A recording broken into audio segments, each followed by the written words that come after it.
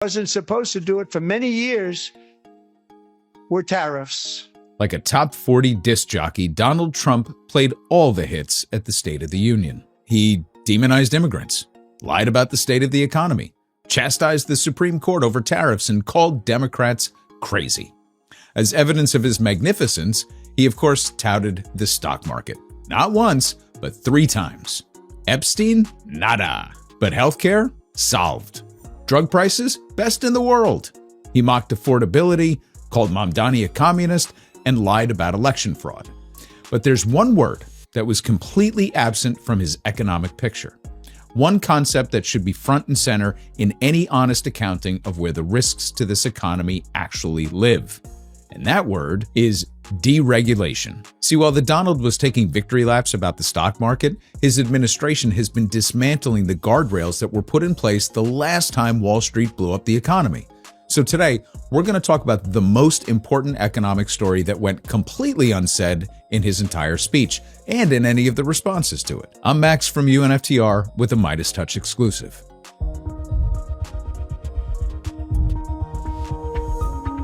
So what you see here, I think, is the most important recent example of our efforts here in Washington to maximize the possibilities of the new information age global economy, while preserving our responsibilities to protect ordinary citizens and to build one nation here.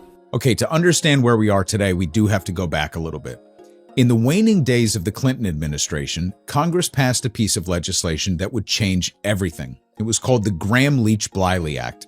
And what it effectively did was repeal the core protections of something called the Glass-Steagall Act, a law that had been on the books since the Great Depression.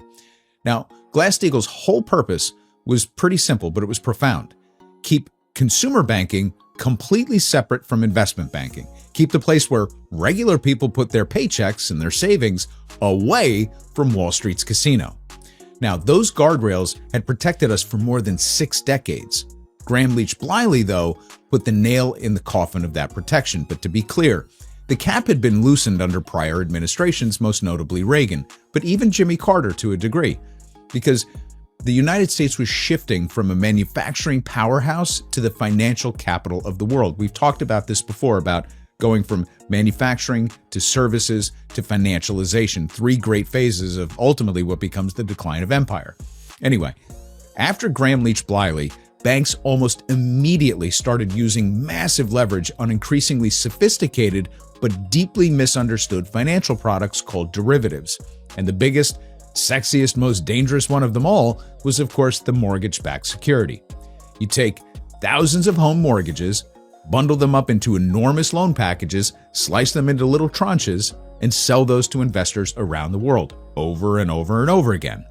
Now, when rates are low and confidence is high, everybody makes money in that environment. The bonuses get a lot bigger and the yachts get a lot longer. And then, as we all know, eventually the music stopped. So as rates increased and speculation ran wild with leverage on top of leverage, these products became highly unstable. And when they unraveled, they didn't just hurt the banks. They hurt the entire global economy. 8 million Americans lost jobs. 10 million families lost homes. Trillions of household wealth evaporated. And the people who caused it, they were bailed out. Now, this is important. When we look back at 2008, there are 2 things that people tend to get wrong or retcon. The first is timing. We romanticize the story of folks like Michael Burry, for example, the guy who was made famous by Michael Lewis's book and the movie Big Short. This lone genius who saw the crash coming and made a fortune. What the movie touches on is how Burry almost went bankrupt waiting for it to happen because he was so early, and his investors were furious with him. Some tried to even pull their money. So he had to restrict withdrawals to keep his fund alive.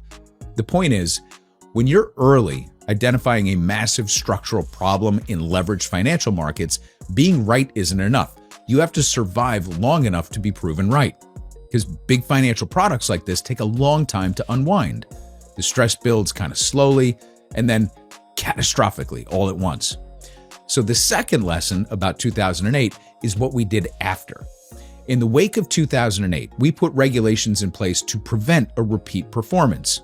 We had capitalization requirements, so money that they had to have on hand or at the Fed, stress tests, transparency rules, and the like. And then we set an ungodly sum of money into the financial system, bought back troubled assets from the big banks, and lowered rates dramatically to allow them to deleverage. So economically speaking, if I'm being honest, it was a masterclass in crisis management because the financial system survived. Except Main Street got left out in the cold. Foreclosures kept coming. Wages stagnated. The people who caused the crisis were made whole, but the people who suffered from it were told to be patient. And that failure, that profound political and moral failure, is arguably why Donald Trump won in 2016 and why he won again in 2024. We keep failing to learn a lesson. So here we are today.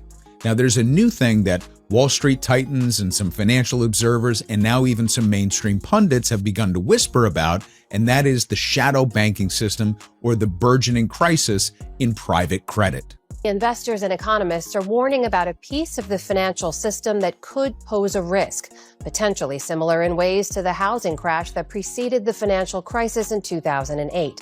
It's part of what's been called the shadow banking system, the private credit market, an alternative type of lending to companies that doesn't involve traditional banks. So this hit the mainstream last year with some pretty public bankruptcies that revealed shaky lending practices, massive overleverage, and some genuinely shady dealings. And you might remember Jamie Dimon, the CEO of JP Morgan Chase, which is the largest bank in the United States, made his infamous cockroaches comment, meaning where you see one, there's probably more. This is the sentiment that refuses to die, and it haunts Wall Street to this day. So to understand what's at risk, what's real and what might be overblown, we have to define private credit. We have to understand how big it is, and we have to ask the really uncomfortable question. Does it actually pose what's known as a systemic risk to the financial system? Meaning, could it bring everything down? So private credit, sometimes called private lending or direct lending, is exactly what it sounds like. It's lending that happens outside of the traditional banking system and outside of the public bond markets. So instead of a company going to a bank for a loan or issuing bonds that get traded on public markets, they go to a private credit fund. It's a firm that raises capital from institutional investors like pension funds, endowments, wealthy individuals, and so on. And then it deploys that capital by making loans directly to companies. Now, these are typically middle market companies that they lend to, businesses that are too big for a local community bank, but not quite big enough or safe enough to tap the public bond markets at favorable rates. So private equity-backed companies, software firms, healthcare businesses, specialized services, exactly the kind of companies that get financed when the regulated banks won't touch them. And these people employ a lot of other people, by the way, so this has an impact on the labor market. So by late 2025, global private credit assets under management was estimated at somewhere between $1.8 and $3.5 trillion, with nearly $600 billion deployed in 2024 alone. Now, for context, the entire commercial U.S. banking system has about $24.5 trillion in assets. So private credit is material, but still a fraction of the traditional banking system. But that doesn't mean there isn't a risk to the wider system, because these two worlds are deeply structurally intertwined. Banks lend to private credit firms to give them leverage.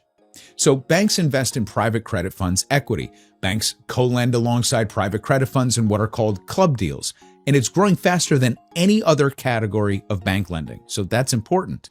So when someone says private credit is a shadow banking system separate from the regulated banks, it's only half right. It's separate in terms of oversight and transparency, but it is absolutely connected to the banking system in terms of money, leverage, and ultimately risk. And that means that the firewall that regulators attempted to erect after the GFC isn't completely intact. In fact, it's pretty leaky. So the post-financial crisis reforms essentially created a two-tier lending system. You had the top tier, the A-rated safest direct loans, which stay on the commercial bank balance sheets, that are fully regulated and subject to stress tests and capital requirements. But the riskier stuff, the more complex, more highly leveraged, and more bespoke products sit on the balance sheets of private credit firms outside of the regulatory perimeter. And we have extremely limited visibility into how these portfolios are actually